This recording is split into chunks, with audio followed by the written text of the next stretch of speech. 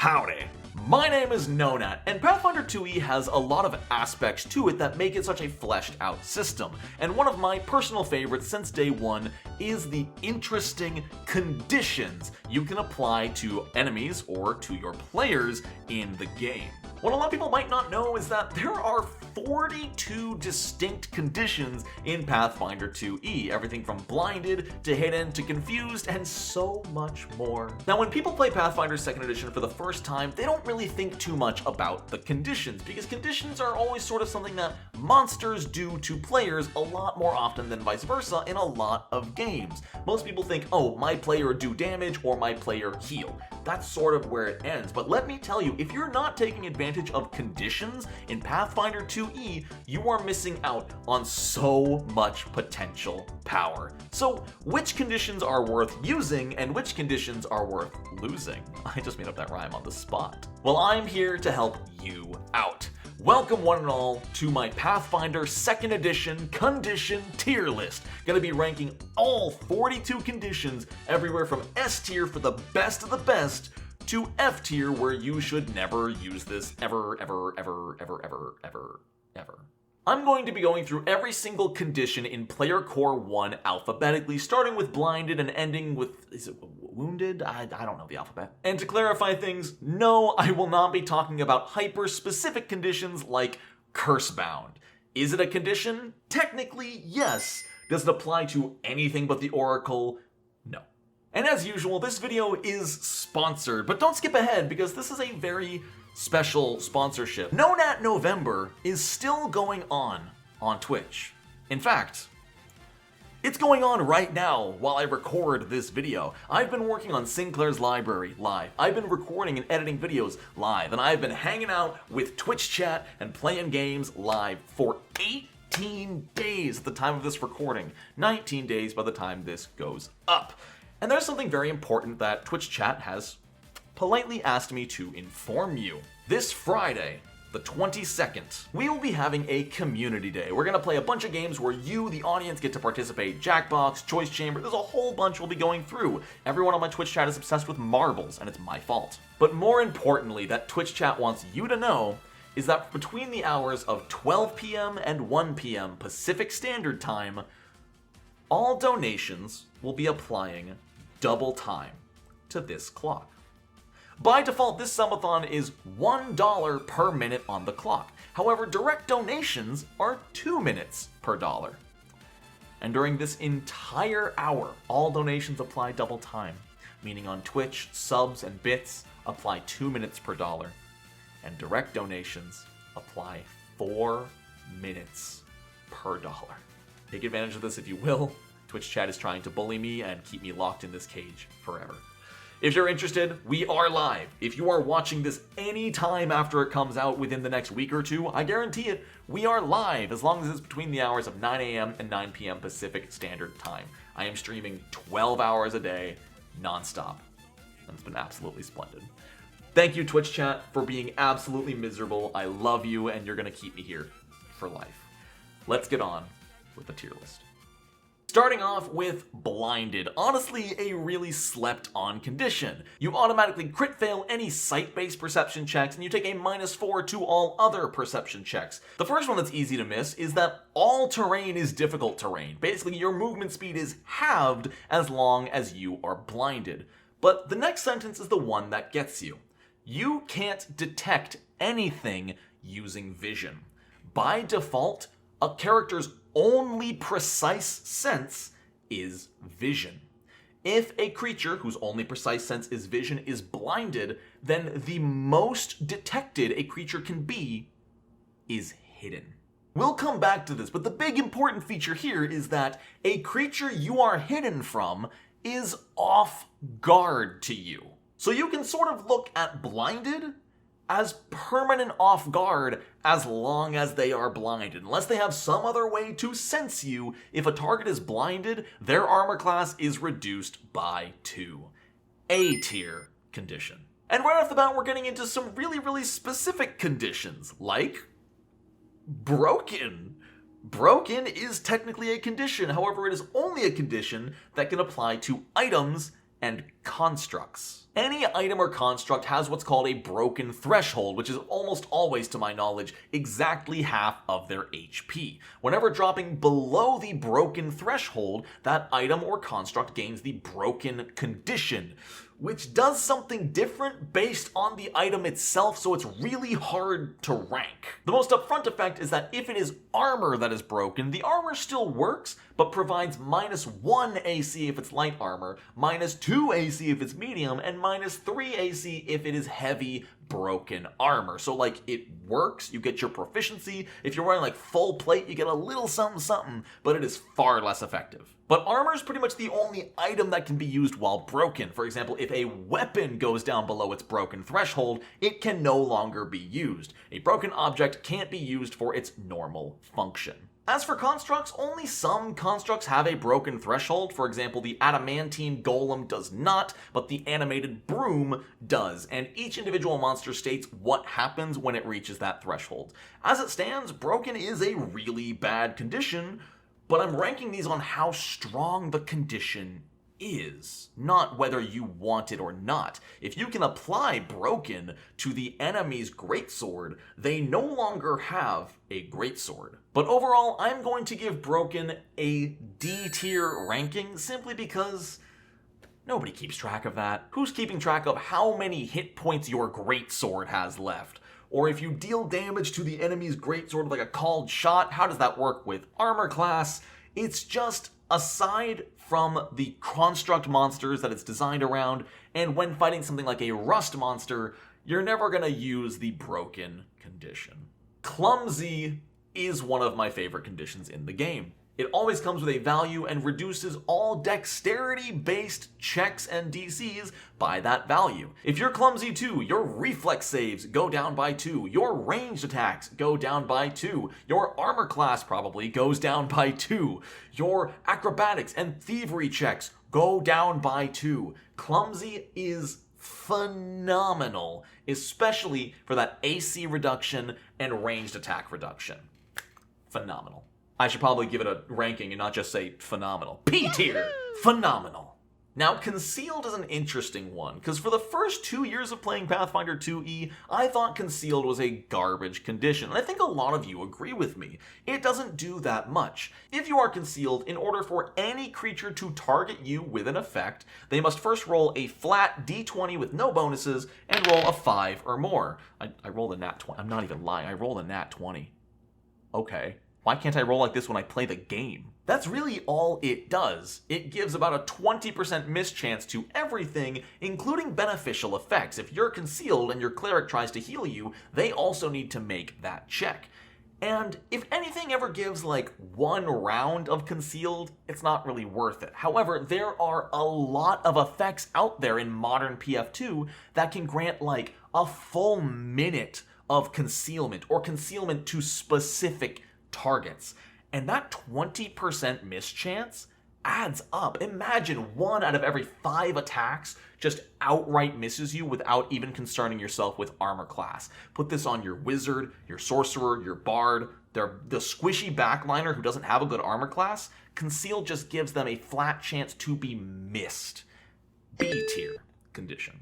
Confused, a very detailed condition. You are off guard to all creatures. You do not treat any creatures as your ally, and you cannot delay an action, ready your action, or use any reactions. On top of that, you must use every single action on your turn to strike or cast offensive cantrips at the closest available target. If you can't do either of those, your character will do everything they can to get to that ability. If you are not able to strike or cast cantrips, your character will do everything in their power to make it so they can, whether that's dropping an item they're holding or running up to a nearby target. Targets are, of course, picked completely randomly, so GMs should not be using Confused as an opportunity to punish a player by auto-attacking their ally.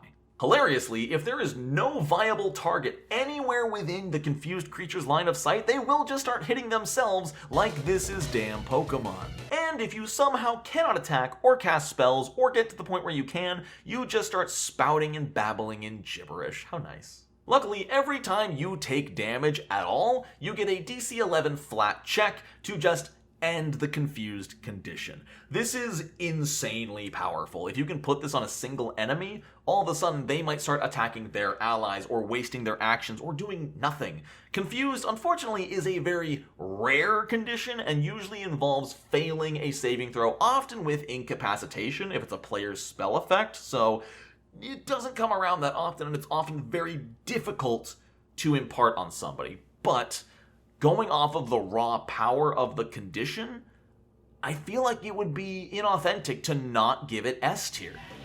You know, confused is almost better than slowed. Granted, it's situational. If you confuse the boss, they are just going to keep attacking the party. So it could be A tier, it could be S tier. I am going to hesitantly say S tier simply because it takes a target out of the fight in a very unique and powerful way. Controlled. The creature no longer controls themselves. The controller controls every single thing they do. I'm gonna say controlled as a condition, very, very powerful. The ability to inflict controlled, very, very rare and easily broken. What does that do to my ranking? Do I affect my ranking based on how rare the application is, or do I base the ranking based on how powerful just the condition is? I think for the integrity of the tier list, I'm going to go just off of the condition itself, not the spells or abilities that apply it. So as it stands, controlled is an S tier condition just because they give you a character. You say, hello, this creature is now yours. Do what you want with it. Also, Twitch chat has an amazing point. If you're a GM, maybe don't use this on your players. No player wants to hear, hey, give me your character sheet. You don't get to play anymore. It's just not fun. Dazzled. All creatures are concealed from you. A very, very strong effect, because if you can dazzle the boss, it's like giving your entire party concealment, which inflicts a 20% mischance on everything that creature does. Dazzled is just concealed, but on everything but the creature. Dazzled is a condition that is often slept on, and I highly recommend getting dazzled somewhere in your party, because in a single target fight, or even just a 2-target fight, dazzling one of them for the entire combat can change everything. S tier condition. Deafened. You auto-critically fail any perception checks that rely on hearing and take a -2 to all other perception checks. In order to perform any action with the auditory trait, like everything a bard does, you do need to make a flat DC 5 check or lose the action altogether. Potentially worse than that, though, is that you are immune to auditory effects, meaning if you have a bard with some kind of righteous anthem they're playing on their flute to give you a bonus, you don't get that bonus if you are deafened. And that's about all deafened will ever affect, is the party's bard or enemy bards of that kind. Honestly, deafened, not that exciting. When it comes up, it doesn't usually affect anything at all. That's a D tier condition. Doomed is one of the most creative conditions in Pathfinder 2e. If you're unaware, dying in Pathfinder 2e involves you reaching dying 4. You start at dying 1. Every time you fail a death save, you go and increase the value to dying 2, 3, 4. If you succeed a death save, you reduce the value. Doomed reduces the value needed to die by Doom's value. If you are doomed 1, you now die at dying 3. If you are doomed 2, dying 2. Doomed 3, you die at dying 1. And if you ever reach doomed 4, you die immediately, no matter how many hit points you have left. On the upside, when you die, you're no longer doomed. The only real way to regularly reduce the doomed condition is with a full long night's rest, which will reduce it by 1. There are very few abilities in the game that can reduce or remove the doomed condition, so once you're doomed, it's pretty much stuck with you until your next full night's sleep. I think doomed is insanely clever and is an A tier condition. Drained, another super slept on condition both for player characters and for GMs to use against them. Whenever a creature becomes drained, they reduce their max health by their level times the drained condition. If you're level 5 and you're drained 1, you reduce your max health by 5 and your current health by 5. And it's very important to remember, no matter where your current health is, it goes down by the same amount. If you're level 5 and you get drained 3 and you only have 15 health left, well guess what? 3 times 5 is 15, you are now at 0 hit points. Creatures also take a penalty to fortitude saves equal to the drained value. So drained 3, minus 3 to all fortitude saves. Drained only goes down by 1 per night, and while your max health increases back by the amount that it would have drained, your current health doesn't. You will still heal however much you're supposed to, but if you had 50 health and then getting rid of drained puts you at 55, even if you full healed that previous night, you're only going to wake up with 50 hit points. I think drained is super cool. Not the most powerful, but honestly really fun to play with. It is a solid B tier condition. Dying, I basically just explained this, but whenever you drop to 0 hit points, you become dying 1. Your turn then gets moved to before the thing that caused you to become dyings in initiative. So if the orc goes before you in initiative and then downs you to 0 hit points and you become dying, your initiative actually shifts to before the orc. On your turn in initiative while dying, you will make a recovery check. The DC of this check is a flat roll of 10 plus your current dying value. If you are dying 1, you need to just roll a flat 11 or higher to reduce your dying by 1. If you roll a 20, it is a critical success, reducing your dying by 2. Likewise, if you roll a 1, it is a critical failure, increasing your dying by 2. Meaning you could go from dying 2 to dying 4 immediately and die. There are other conditions that interact with dying, but as a whole, that is all the dying condition does. Dying is really hard to rank because it's just an integral part of the system, but I think it's a really good way to represent somebody slowly bleeding out on the battlefield. I'll give it an A tier.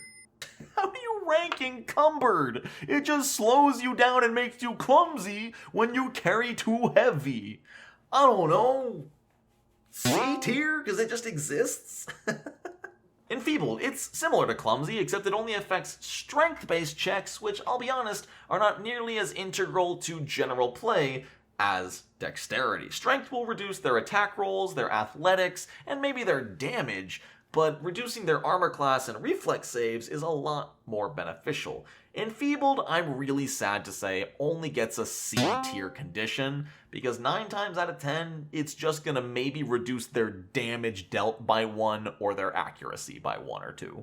Okay, let's talk about Fascinated, one of the weirdest, most obscure conditions that seems to somehow pop up in some effect in like every class in every book of Pathfinder 2e. Fascinated applies a -2 status penalty to the target's perception and all skill checks and prevents them from using actions with the concentrate trait unless that action is related to the source of their fascination. Stay with me. So this basically means that they could cast a concentrate spell on the creature that fascinated them, but they could not cast a spell on, say, their own ally or a different enemy. Anything concentrating has to be on the source of the fascination. At base value, this sounds really good. Until you read the last sentence.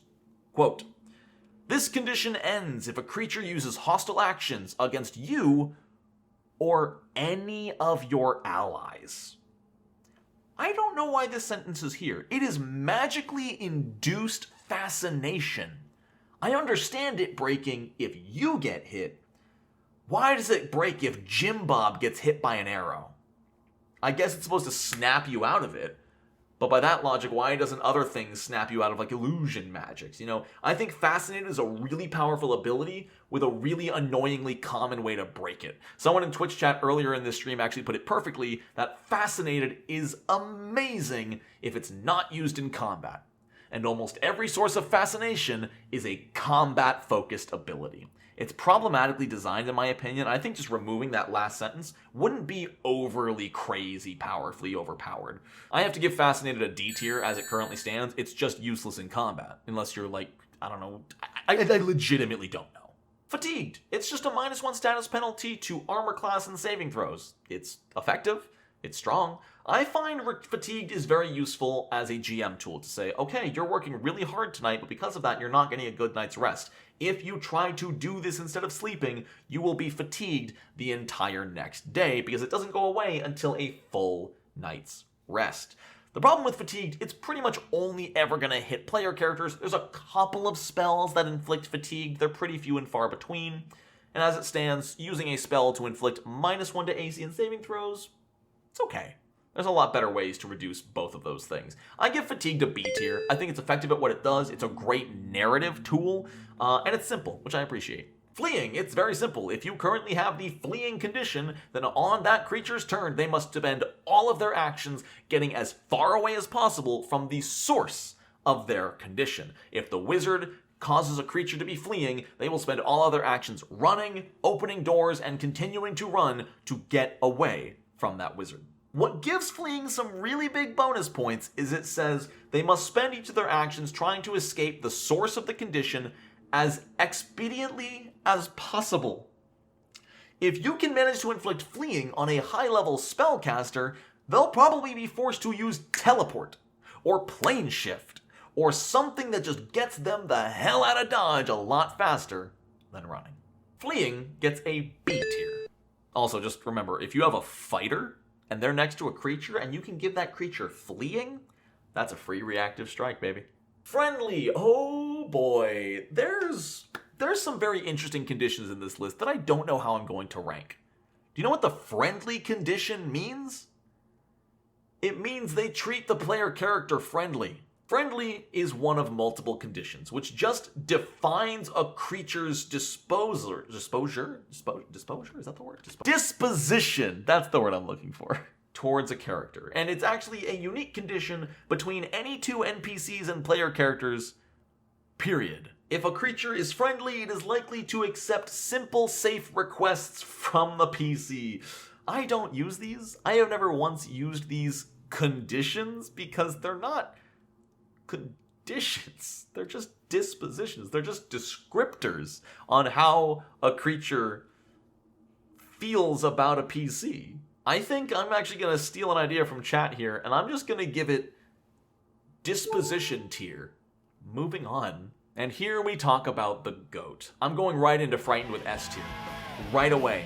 Frightened is my single favorite status effect in all of Pathfinder 2E. If a creature is frightened, they take a status penalty to everything. Every single check and DC on their character sheet is reduced by the value of frightened. Well, you're frightened 2, all your attack rolls are down by 2.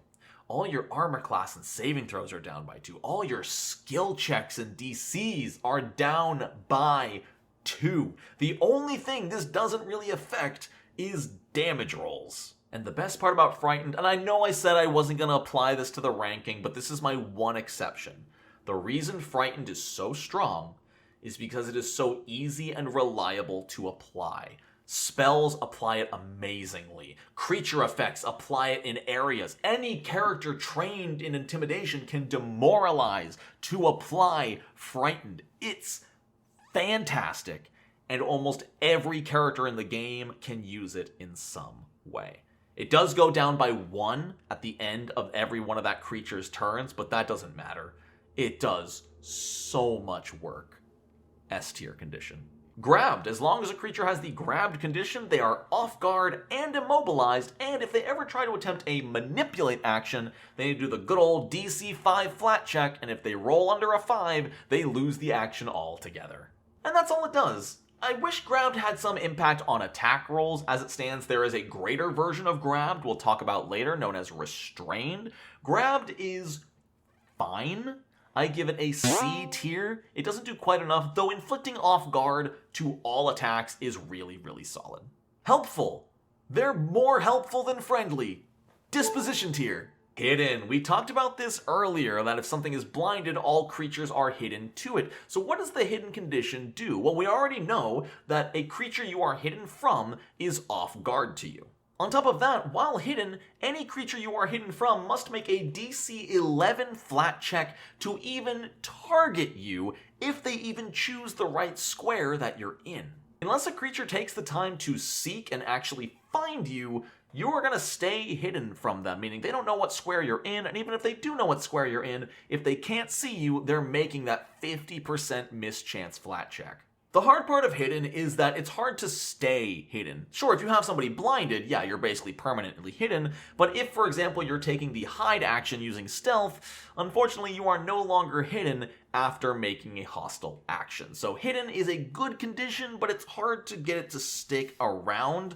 I do have to give hidden a B tier. It's good, but it's not super reliable long term. Alright, I've been bullied enough by chat that I will go back. Grabbed is B tier, it is not C tier. Permanent off guard as long as they're grabbed is huge, and I should not underrepresent that, okay? Is B tier, is a good condition, okay? C tier wasn't fair. Immobilized, you can't move.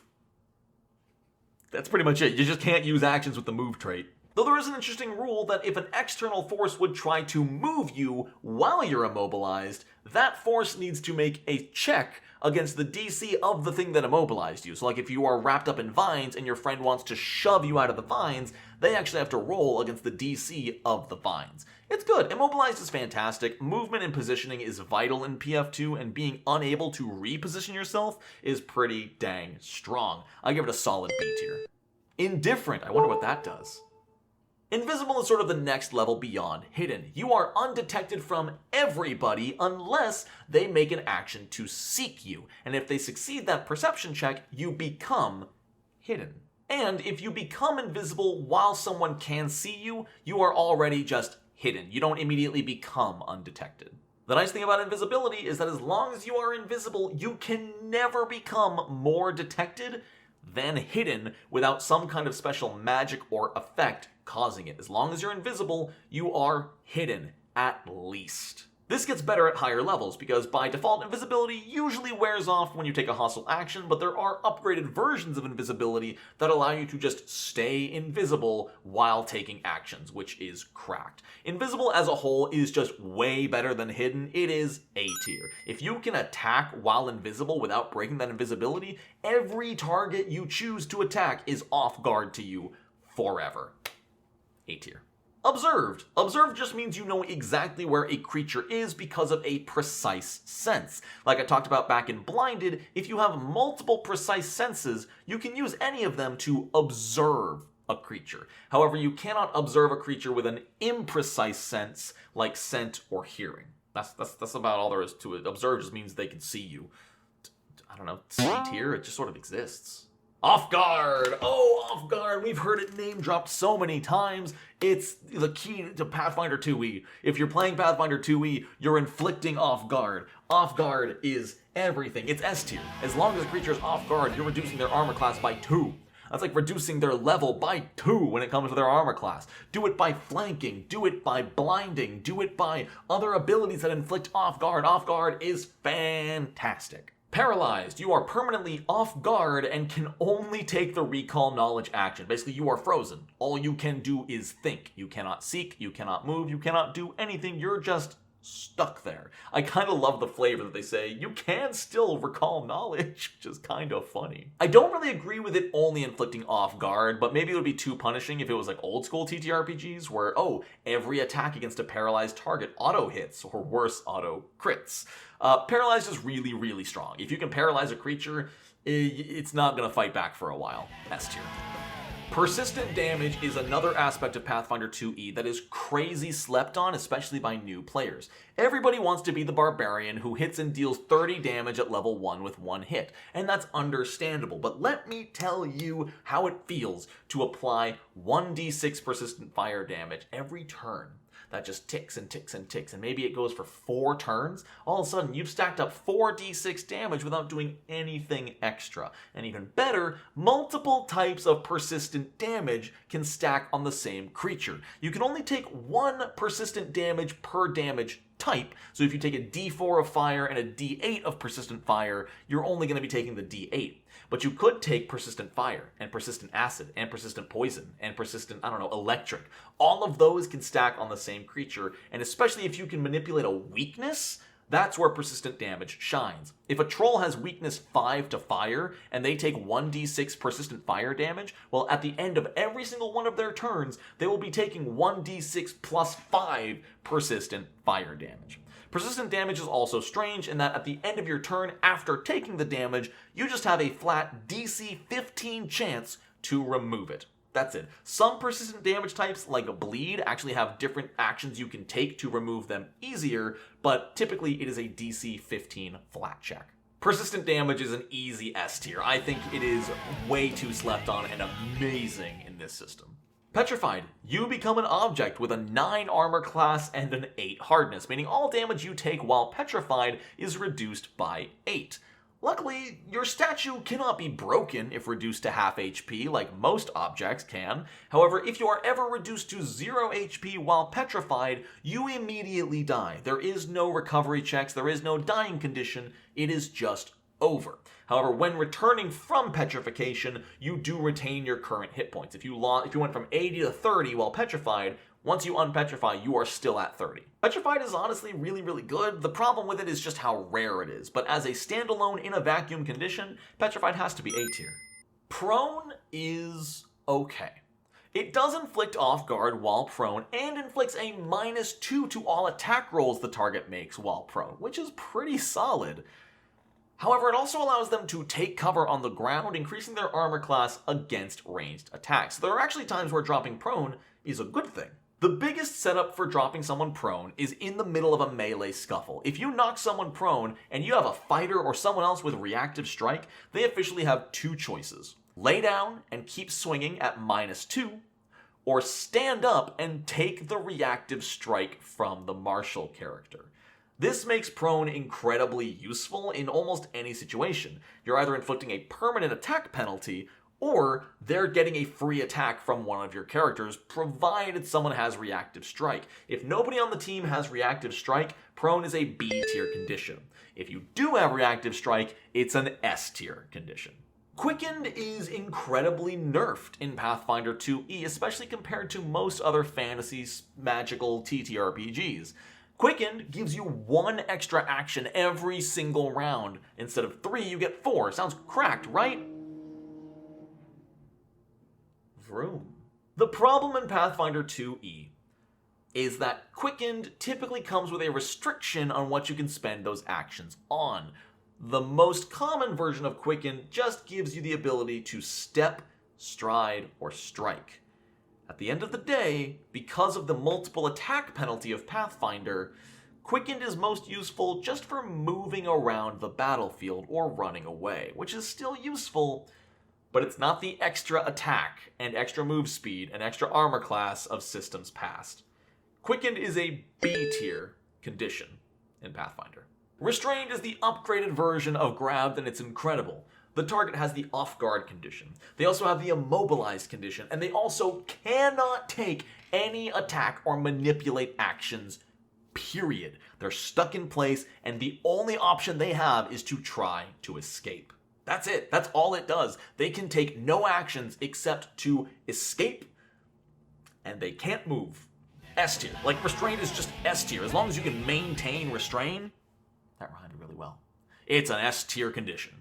Sickened functions exactly like Frightened, coming with a value and inflicting a status penalty to all checks and DCs on the target equal to that value. Sickened to everything at -2. On top of that, you cannot willingly ingest anything while sickened. You cannot take a potion, you cannot eat a hamburger, none of that. Now, unlike Frightened, Sickened does not go down automatically. No. Sickened only goes down if you spend an action on your turn trying to retch and get rid of what's sickening you, which gives you a fortitude save against the sickening effect. Even worse though is on a successful check, you only reduce sickened by 1, and you have to retch again to get rid of it again. And the worst part of sickened is that to get rid of it, you need to make a saving throw. You know what sickened reduces? Saving throws. So you have to roll even better than before you were sickened. It is nasty and so good, and it is right up in S tier alongside Frightened.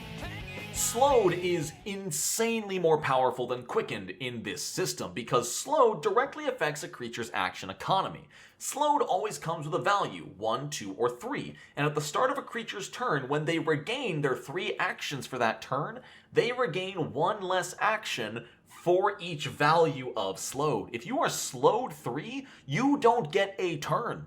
Your actions never come back. What is important about Slowed is if you somehow become slowed during your turn, you don't lose any actions that turn. Slowed specifically affects the actions you get at the start of your turn. So if you ever somehow become slowed and you have an action left, you don't lose that. Slowed is an A tier condition.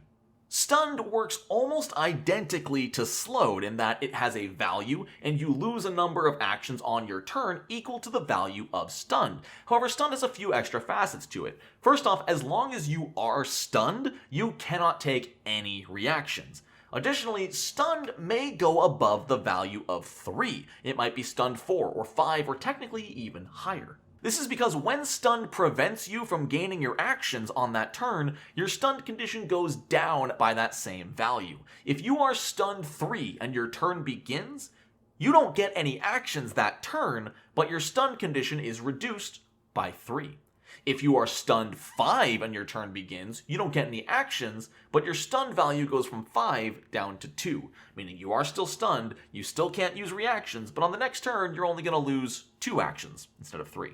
A really interesting interaction, though, is you can't stack Stunned and Slowed. Stunned actually overrides Slowed. It's explained on stream better than I could ever say it just here in the text, but basically, actions lost to Stunned also count as actions lost to Slowed. They overlap, they do not stack. Stupefied works almost the exact same as Enfeebled and Clumsy, except Stupefied affects Charisma, Intelligence, and Wisdom, inflicting a penalty to all of those checks and DCs equal to the value of Stupefied. However, Stupefied also has an additional anti-spell casting effect. If a creature attempts to cast a spell while stupefied, they must roll a flat check, and that DC is going to be 5 plus their stupefied condition. If you're stupefied 3, you must roll a flat 8 or higher before your spell goes off, otherwise you lose the entire spell. Actions, slots, and all. I really like that there's an anti-spellcaster effect kind of baked into Pathfinder 2e. Stupefied gets a B tier from me. Unconscious is typically gained while sleeping or while unconscious and bleeding out with the dying condition. You take a -4 status penalty to armor class, perception checks, reflex saves. You're also blinded and off guard. You can really look at unconscious as -6 to armor class. 4 from the status penalty of unconscious, and 2 more from the circumstance penalty of off guard. Yeah, if you're unconscious, obviously you're a sitting duck. You're gonna get killed, you're gonna get stabbed, you're gonna get shot, or you're just gonna keep bleeding out because you're dying. Unconscious very rarely comes up as its own thing. You're either just sleeping or you're already dying.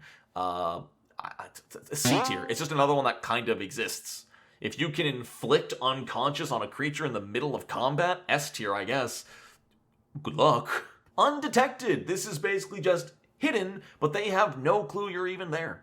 It's pretty much the exact same as hidden, DC 11 flat check and all that jazz, but they just don't even know about you. I actually have some issues with undetected. I don't think it's a very well designed condition. I think it's just because if a creature even hears you or smells you or sees anything that could possibly be you, you go from undetected to hidden. And I think it's just annoying how specific undetected is. I don't think it was necessary in the game. I do give it a D tier, but that's just a personal grudge. I just don't like the effect. Unfriendly. It's the last disposition. We're done with those. Unnoticed. It's the exact same as undetected, except they literally don't know you exist. So is it the same thing? Unnoticed means they don't know you exist. Undetected means that they can't tell where you are. Try to make a difference. And the final condition is wounded, which directly affects the dying condition. Whenever you are brought up from dying, whether you're stabilized or you were healed, you gain 1 wounded condition. And if it happens again, your wounded condition increases to wounded 2, wounded 3. While wounded, if you ever drop to 0 hit points again, you drop to a dying value equal to 1 plus your wounded condition. Meaning, if you somehow get wounded 3, and get dropped to 0 hit points, you immediately die because you immediately drop to dying 4. I really love the wounded condition. It really prevents any kind of yo-yoing on the battlefield, any kind of heal, you're back up. Oh, you're down, heal, you're back up. You can only do that 2 or 3 times before they're just dead immediately. A character can only take so much abuse even through rapid, massive healing, and I think it's a great balancing act for the system in combat. Wounded is luckily very easy to get rid of. If anyone ever successfully treats your wounds, not battle medicine, they are different checks. Or if you get to full health and have a 10-minute rest, the wounded condition completely goes away. It is pretty much on a combat-to-combat basis of how wounded works, and I think it is a brilliant design, A-tier condition. And there you have it, every single condition in Pathfinder 2e. Some are obviously a lot more interesting than others. Never once in my 5 years playing this game have I ever used any of the disposition conditions, but let me tell you, I love my frightened, my clumsy, my enfeebled, I love dying and wounded and doomed, I adore drained. They're all so cool and add so many layers to a combat encounter that could just be, I hit him, he hit you. And I think it is part of what makes Pathfinder 2e such a joy to run combat for. But let me know what you think. Do you agree or disagree with any of my current rankings for any of these conditions? You know I love to hear from you in the comments. And one last shout out to all these nerds in the Twitch chat watching me record this live. As a reminder, Friday the 22nd from 12 p.m. to 1 p.m. all donations will be applying double time. And I guess I should say, if this clock ever visibly says 300 hours, secret goal. I'm not going to tell you what it is. Some of these losers know what it is. Sorry, I didn't mean to call you losers. That was mean and uncalled for. Thank you so much for watching. Thank you so much for all of your support over here on Nonat November. I never expected it to last over 3 weeks, but here we are. I guess let's try to make Nonat December a reality. Appreciate y'all so much. Shout out to all the members of the Nonat One's Patreon for supporting me. I know I haven't been making as much YouTube content during all of this, but I appreciate all of your support nonetheless. It does help a lot. Thank you very much. I hope you all have a wonderful rest of your day. And say it with me, chat! This is gonna be weird with this is gonna be weird with like the Twitch delay. Come on, chat, more of you can say it than that. You're making me look stupid. You're making me look stupid in front of all my friends. Chat, say Nonat ones. Fucking say Nonat. Say the thing. Say the thing I say. The thing I said like 600 times. Say Goodbye.